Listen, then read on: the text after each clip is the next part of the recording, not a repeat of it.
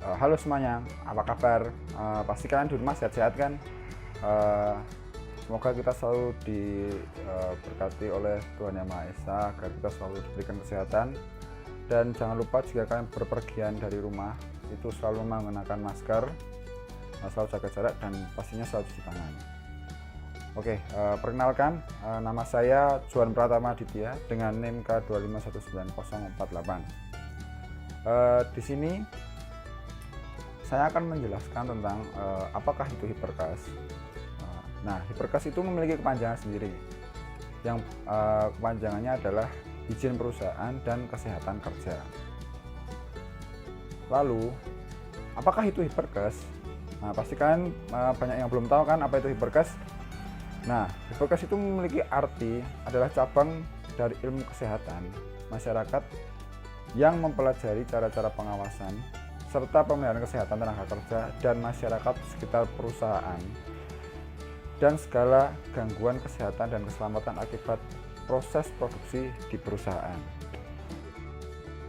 Nah, lalu tujuan dari hiperkas atau K3 itu sendiri itu ada 3.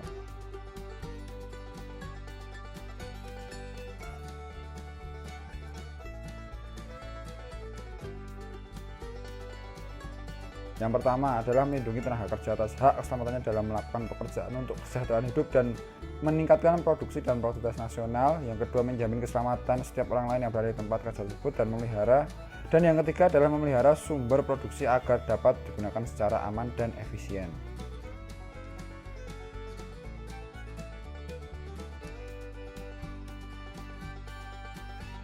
Lalu izin perusahaan itu terdiri dari 4 macam. Yang pertama adalah izin industri. Izin industri merupakan ilmu dan seni yang ditujukan kepada antisipasi, rekognisi, evaluasi, dan pengendalian faktor-faktor lingkungan atau stres yang timbul dari tempat kerja dan dapat menyebabkan penyakit, gangguan kesehatan, atau ketidaknyamanan signifikan di antara pekerja atau komunitas masyarakat. Yang kedua adalah izin okupasi. Lalu yang terakhir adalah industrial occupational hygiene.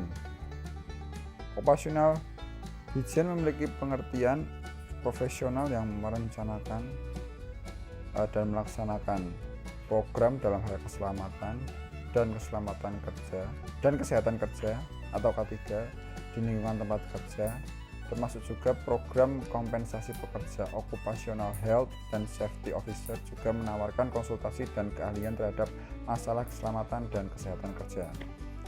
Lalu ruang lingkup kesehatan kerja, apa saja sih ruang lingkup kesehatan kerja? Yang pertama adalah pelayanan kesehatan kerja. Yang kedua ada pemeriksaan kesehatan kerja. Yang ketiga ada pelaksanaan P3K. Yang keempat ada gizi kerja, yang kelima ada ergonomi, dan yang keenam penyakit akibat kerja. Lalu ada beberapa faktor yang mempengaruhi kesehatan tenaga kerja. Yang pertama itu beban kerja. Beban kerjanya itu berupa apa? Seperti beban fisik, beban mental, itu termasuk dari beban kerja.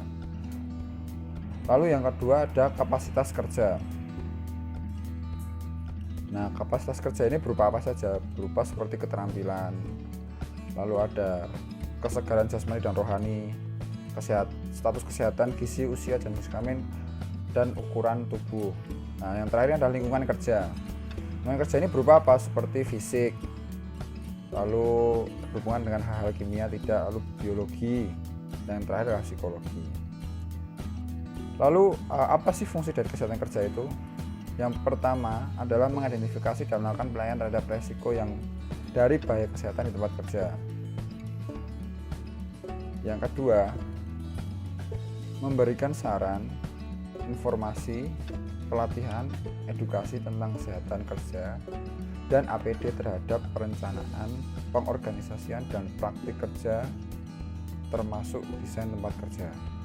Yang ketiga, melaksanakan survei terhadap kesehatan kerja Lalu yang terakhir adalah mengelola P3K dan tindakan darurat.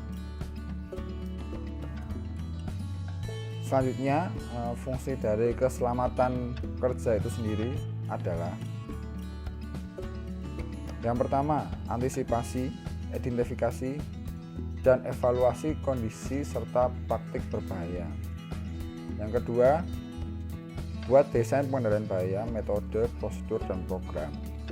Yang ketiga, menerapkan, mendokumentasikan, menginformasikan rekan lainnya dalam hal pengendalian bahaya dan program pengendalian bahaya. Yang keempat adalah ukur.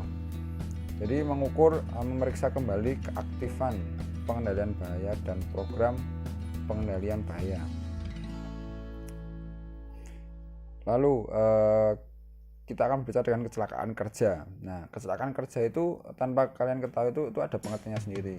Nah, kecelakaan kerja itu memiliki pengertian sebuah kejadian yang tak terduga yang dapat menyebabkan cedera atau kerusakan.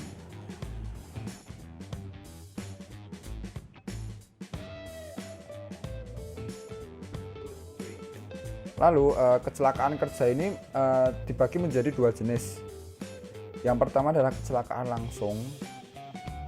Lalu yang kedua adalah kecelakaan tidak langsung.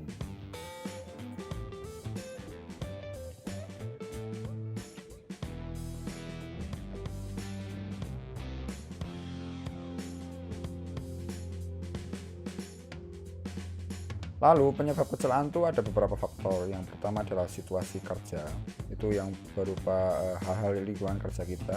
Yang kedua adalah kesalahan orang. Yang ketiga adalah tindakan tidak aman.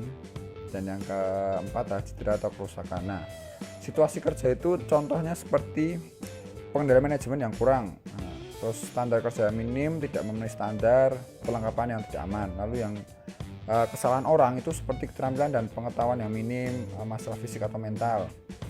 Terus tindakan yang tidak aman, sering mengambil jalan pintas, alternatif, tidak mengikuti metode kerja yang telah disetujui. Dan yang terakhir, cedera atau kerusakan itu seperti sakit dan penderitaan pada pekerja, kehilangan pendapatan, kehilangan kualitas hidup, dan lain-lain. Sekian presentasi dari saya. Jika ada salah kata atau kata yang kurang berkenan, mohon dimaafkan. Jangan lupa like, komen, dan subscribe. Terima kasih.